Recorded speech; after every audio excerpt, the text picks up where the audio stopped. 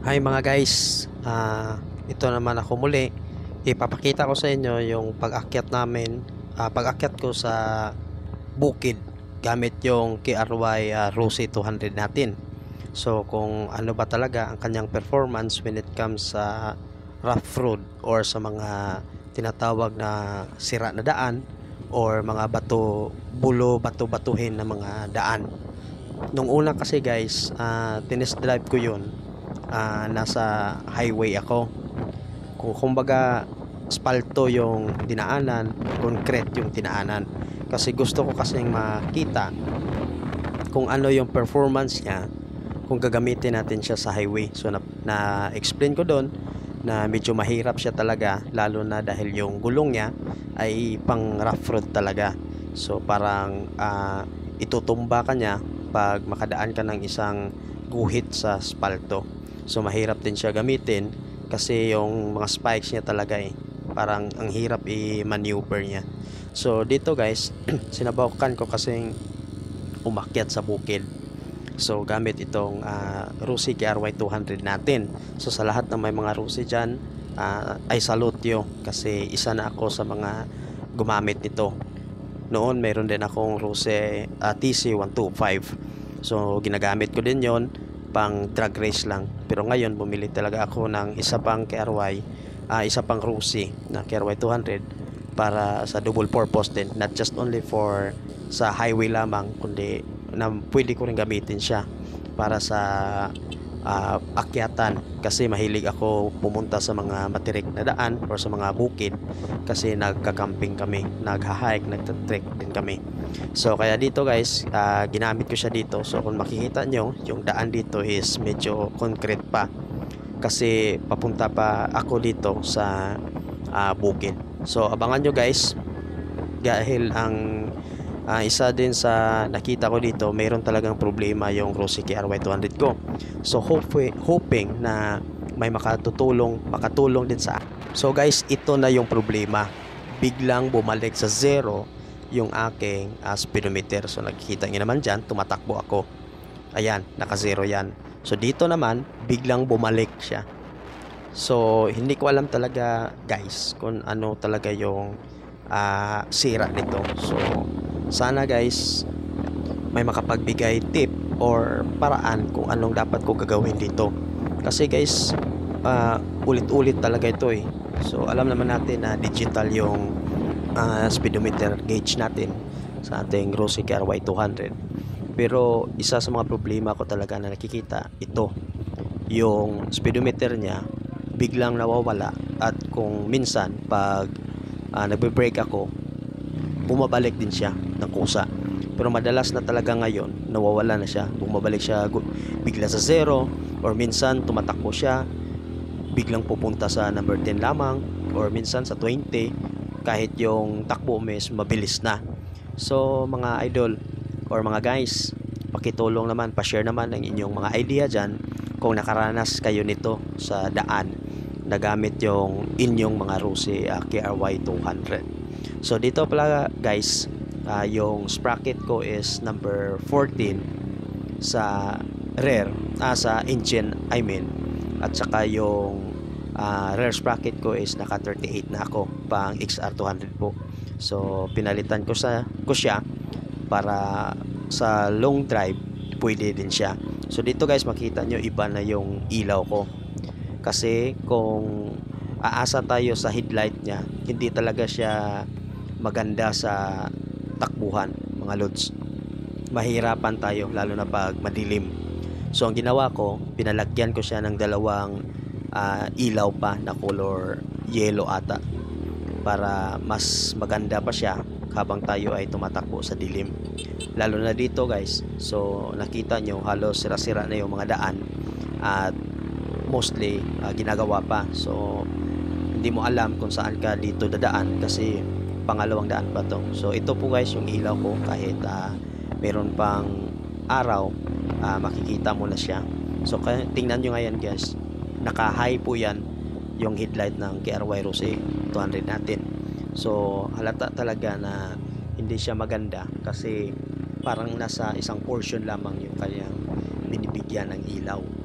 So dito mga lods, bigyan nyo nga ako din ng tips kung anong ginawa nyo sa inyong mga headlight na para gumanda din yung ah, ilaw niya. So dito guys, paakyat na kami dito sa pataas, pero nasa simento pa rin kami kasi hindi naman ito talaga solid na simento, kasi parang footwalk lang po ito, kasi mga private daw yung lupa dito, hindi pwedeng lagyan ng konkreto na daan na solido na katulad ng sa highway. So dito guys, medyo madilim na, so nakikita nyo gumagamit ako dyan ng headlight ng ating Rossi KRY.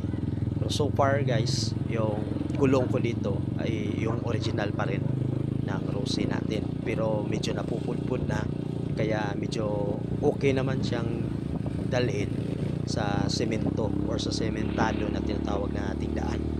Dito guys, medyo madilim na ito, so gamit yung ilaw natin, so ganyan kalakas yung headlight natin. So yan din ang isa sa mga nakikita ko guys na pwede natin gawin sa Rossi KRY natin, para yung takbuhan natin sa dilim hindi tayo masyadong mabibitin sa ating ilaw, kasi yung ilaw is napaka-importante po ito guys, kasi alam mo naman yung minsan yung daan din natin kabisado, kaya kailangan natin magpalit ng ganitong ilaw. So by the way guys, pa silip din kung ano yung mga iba pang nilagay nyo sa inyong Rossi KRY 200, para meron din ako or makakuha din ako ng idea. So dito guys, papasok na kami. Ito na yung bato-batuhin na daan.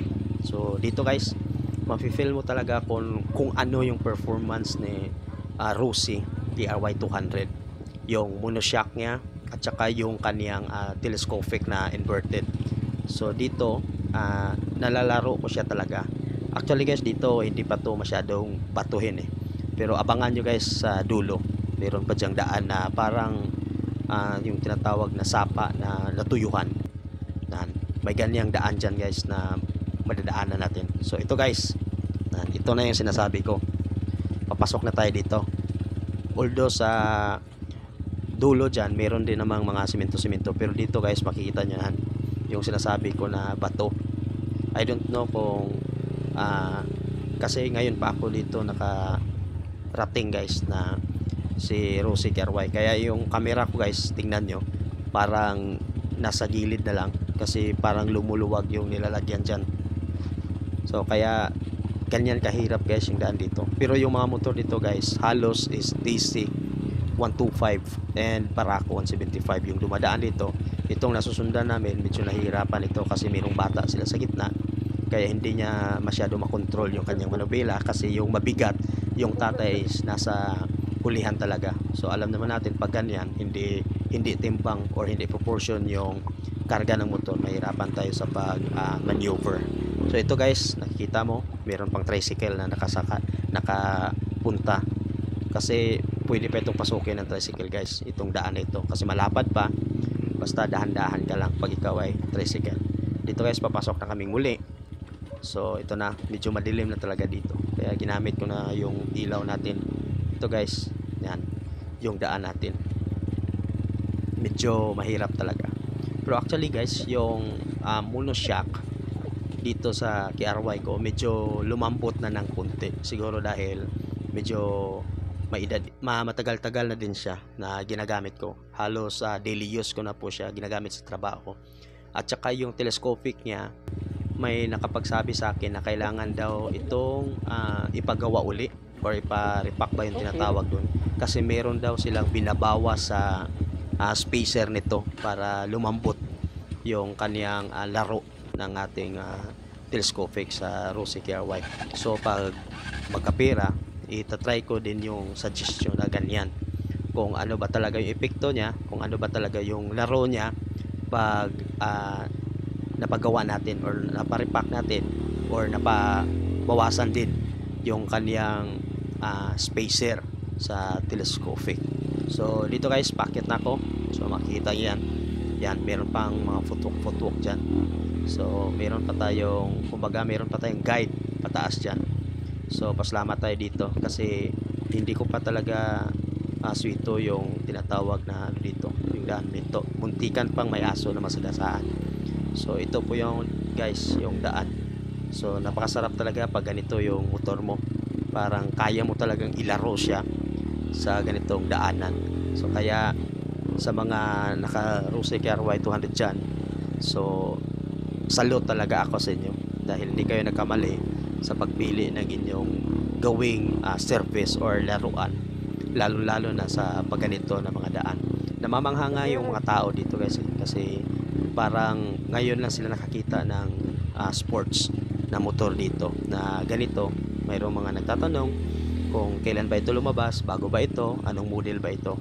So kaya nakaka-proud din ko minsan mga lods kasi umangat talaga yung design ni Rosy KRY 200. Kaya parang pag nakikita siya sa daan, parang napapawaw talaga yung mga tao.